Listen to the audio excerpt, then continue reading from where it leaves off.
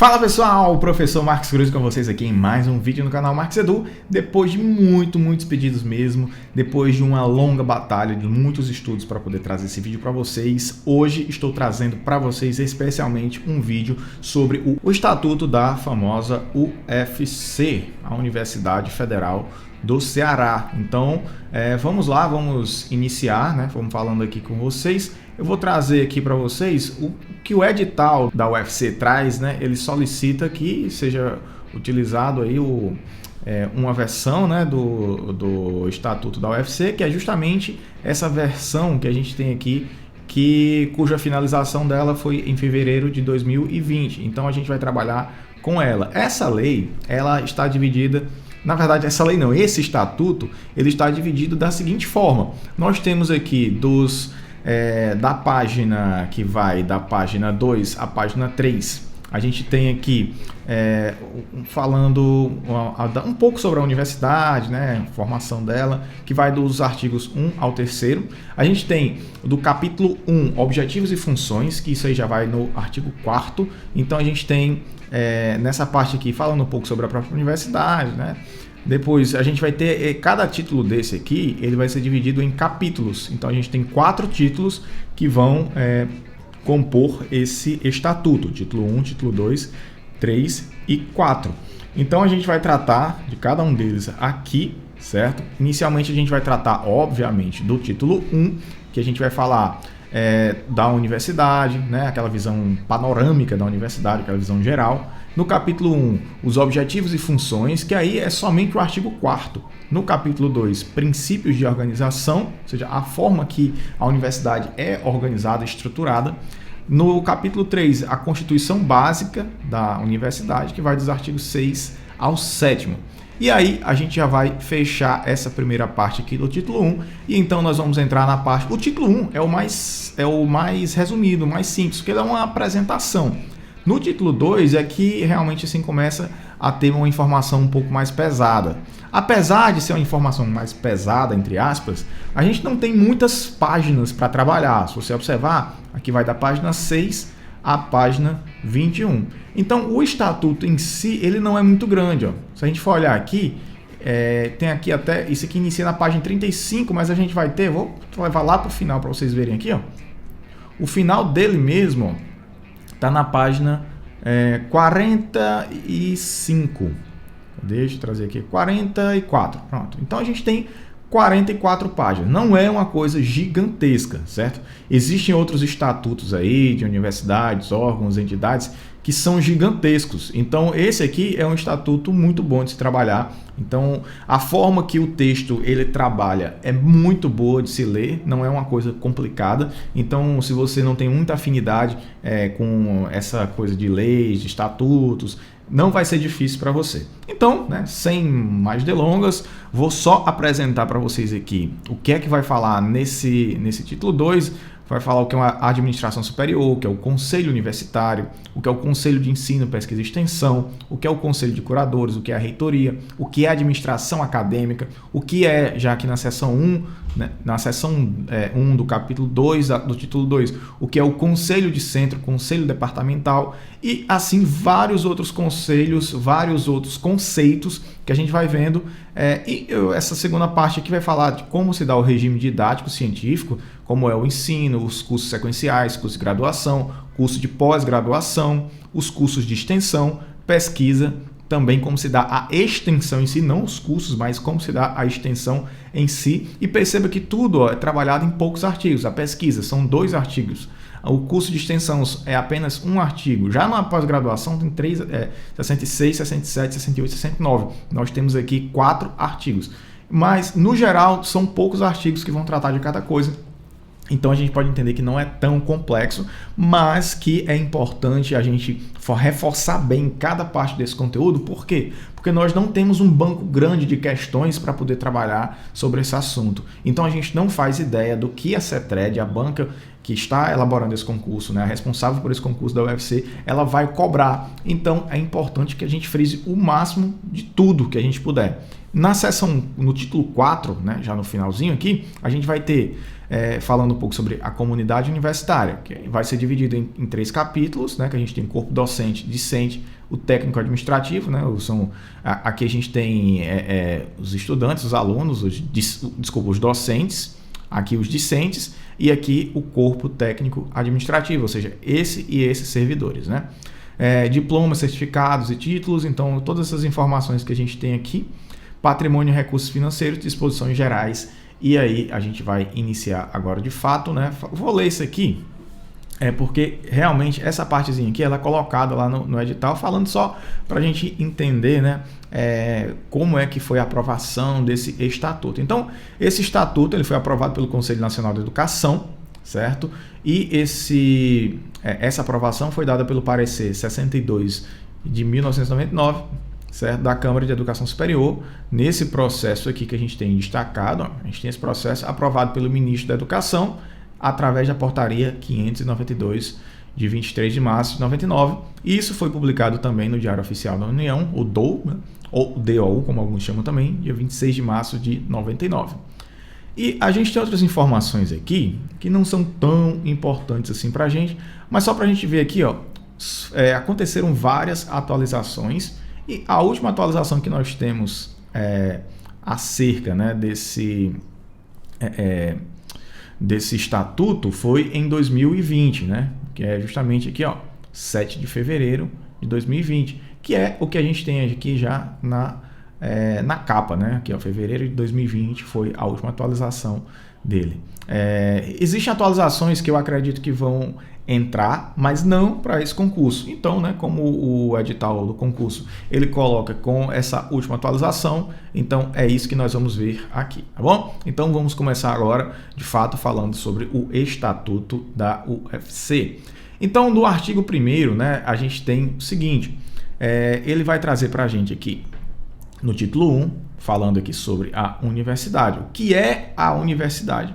Então, no artigo 1º, ele vai trazer para a gente uma definição do que é a universidade. Então, ele vai dizer, a Universidade Federal do Ceará, sediada na cidade de Fortaleza, capital do estado do Ceará, criada pela Lei 2373, essa lei aqui que criou a UFC, de 16 de dezembro de 1954. Então, ó, o ano em que a Universidade Federal do Ceará foi criada, 1954.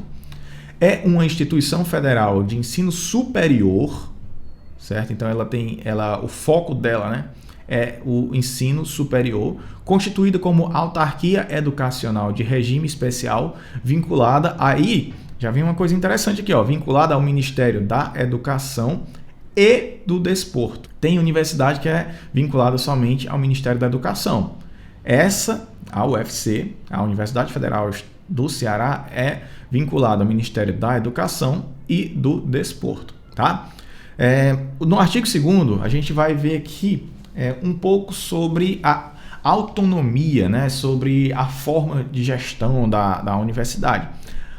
Vai falar aqui no artigo 2º, a universidade goza de autonomia didático-científica, ou seja, ela tem uma autonomia na forma que ela vai trabalhar, a forma de ensinar e a forma de fazer ciência.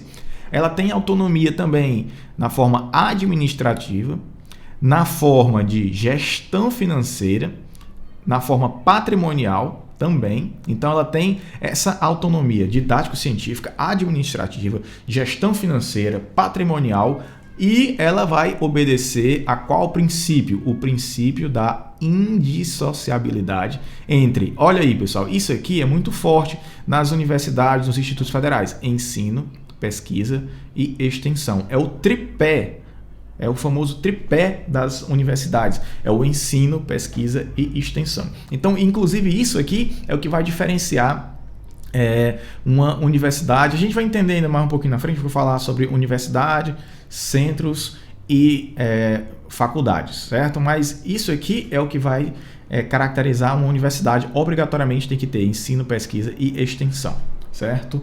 Parágrafo único. A autonomia da Universidade Federal do Ceará será exercida na forma do presente estatuto, com lastro no artigo 207. E isso aqui, pessoal, muito bacana, certo? Porque se você for olhar no artigo 207 da Constituição Federal, é exatamente esse artigo 2º aqui, certo? Então você dá uma pesquisadinha aí, dá um Google aí, bota Constituição Federal de 88, artigo 207, vai ter isso aqui. Então o Estatuto, ele se aproveitou, né, obviamente beneficamente, né, ele se aproveitou da Constituição Federal para criar esse artigo 2º. Então esse artigo 2º, ele é o que está lá preconizado no artigo 207 da Constituição Federal. Então, buscando cumprir seus objetivos e metas estabelecidos no Plano de Desenvolvimento Institucional, o famoso PDI, certo? Isso é um plano de desenvolvimento institucional, e definir sua estrutura organizacional, ou seja, a forma com que a universidade vai ser distribuída, como vai ser a sua estrutura, e levará em conta as necessidades sociais, econômicas, políticas e culturais da sociedade, desdobrando-se especialmente em... E aí a gente vai entrar nessa parte aqui, em qual parte como que a universidade vai se desdobrar. Ela não são todas as modalidades, mas especialmente em autonomia didático-científica. O que é isso que está colocado aqui? Ó? Autonomia didático-científica, que está lá no artigo 207 da Constituição. O que é que dizer que a universidade tem uma autonomia didático-científica implica na vida real? Significa que ela pode criar, organizar, modificar e extinguir cursos e programas no âmbito de sua atuação. Então, a própria universidade, ela não precisa consultar um outro órgão, ela pode criar e ela pode extinguir cursos. Então, a Universidade Federal do Ceará quer criar um curso, já tem, né? Na verdade, eu não tenho certeza, mas quase certeza que sim. É o bacharelado em matemática, um bacharelado em geografia, uma licenciatura em geografia, uma licenciatura em história, um bacharelado em história, não sei nem se existe. Se ela quiser criar isso, então ela tem autonomia. Obviamente que ela tem que obedecer a todo o requisito, né, de criação de curso, mas ela tem autonomia para criar, para modificar, para organizar e extinguir esses cursos, se ela assim entender. No inciso 2 nós temos estabelecer os regimes didáticos científicos dos diferentes cursos, bem como os programas de pesquisa e extensão. Deliberar sobre critérios e normas de seleção e admissão de discentes, ou seja, a universidade ela pode, né, escolher se ela vai fazer, por exemplo, vestibular ou Enem. Só que há uns anos atrás, né, foi dada essa opção, você pode escolher, vai ser vestibular ou Enem. Só que no final o governo meio que obrigou, né, as universidades a adquirirem, a adotarem, né, o Enem, porque ela liberava determinadas verbas, determinados recursos para quem adotava o Enem. E aí, né, foi uma coisa que realmente foi adotada aí amplamente por causa desse incentivo do governo, mas de repente a Universidade Federal do Ceará disse: nós não queremos mais agora ter o nosso processo seletivo via Enem, nós queremos via vestibular. Então eles podem, né, fazer isso.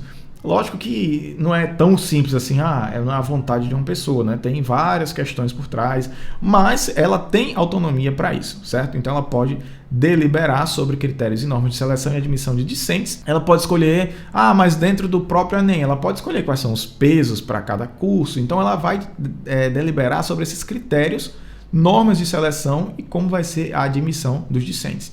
Ela também pode e faz, né, fixar o número de vagas de ingressos nos seus cursos, ou seja, é a universidade que tem autonomia para dizer, nós queremos 30 alunos, nós queremos 40, 50, 60 alunos por semestre em determinado curso, né, de acordo com sua capacidade institucional e as exigências do seu meio. Conferir graus, diplomas, certificados e títulos universitários. Então a universidade ela tem autonomia, ela tem autoridade para conferir grau, diploma, certificado e título universitário.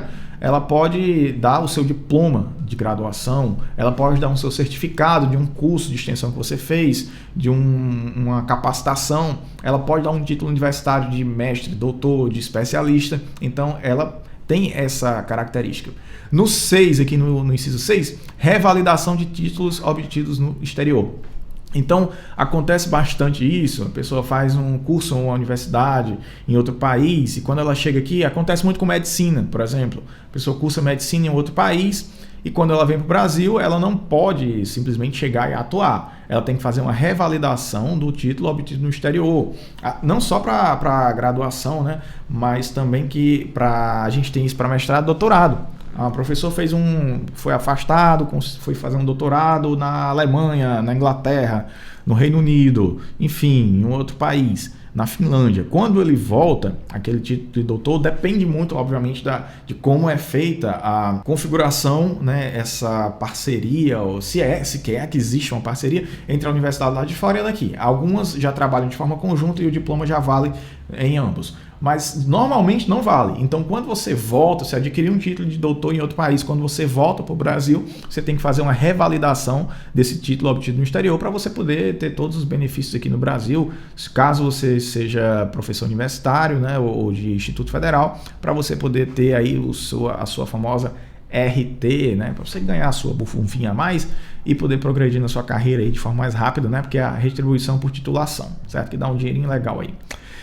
No 5, a gente tem aqui 7, na verdade, registro de diploma de graduação obtido nas instituições particulares não universitárias. Isso aqui, pessoal, é uma característica, né, das universidades, né? Geralmente as universidades federais, né, elas têm essa autonomia, essa capacidade de registrar diploma de graduação obtido em instituições particulares. As instituições particulares de ensino, as não universitárias, elas não podem gerar um diploma de graduação. Então, quem gera esse diploma de graduação, quem reconhece, né, quem registra esse diploma de graduação tem que ser alguma universidade federal, certo? Então, se sua universidade que você estudou ela é uma universidade particular, o registro do diploma vai ser numa universidade federal. Não é nem um procedimento que você vai fazer entre universidades, mas só para deixar aqui registrado que as universidades federais têm essa característica. Autonomia administrativa, né? Agora vamos falar o que é essa autonomia administrativa que foi colocada lá. Então, o que é que isso confere à universidade? Inciso 1. Elaborar, atualizar e reformar seu estatuto e regimento geral. Então, esse aqui, a autonomia administrativa, consiste em a própria universidade poder elaborar, poder atualizar e poder reformar o seu estatuto e também o seu regimento geral. Então, a própria universidade tem essa autonomia de fazer isso, né? Inciso 2. Realizar os processos de escolha de reitor, vice-reitor, diretores e vice-diretores de unidades acadêmicas de acordo com a legislação em vigor. E aqui, né, uma parênteses bem grande, de acordo com a legislação em vigor. Na legislação em vigor atual que nós temos, né, vigor, se eu falei vigor e atual fica até redundante, né?